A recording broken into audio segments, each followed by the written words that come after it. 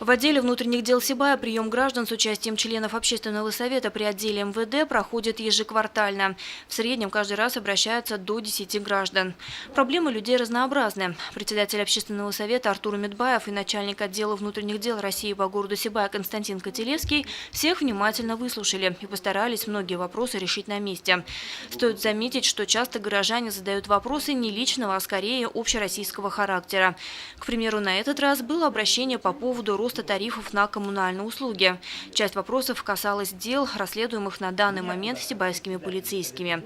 Все эти обращения начальник отдела МВД по городу Сибай взял под личный контроль.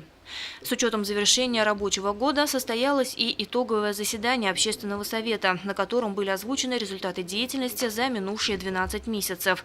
Из ранее запланированных проведены мероприятия по вопросам духовно-нравственного воспитания сотрудников полиции и молодежи, встречи в учебных заведениях, приемы граждан и другое.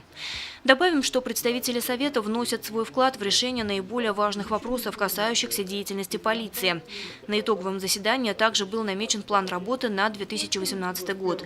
Приоритетными станут участие общественного совета в создании положительного имиджа сотрудника полиции, борьба с незаконным оборотом алкоголя, возможность привлечения к профилактической деятельности волонтеров.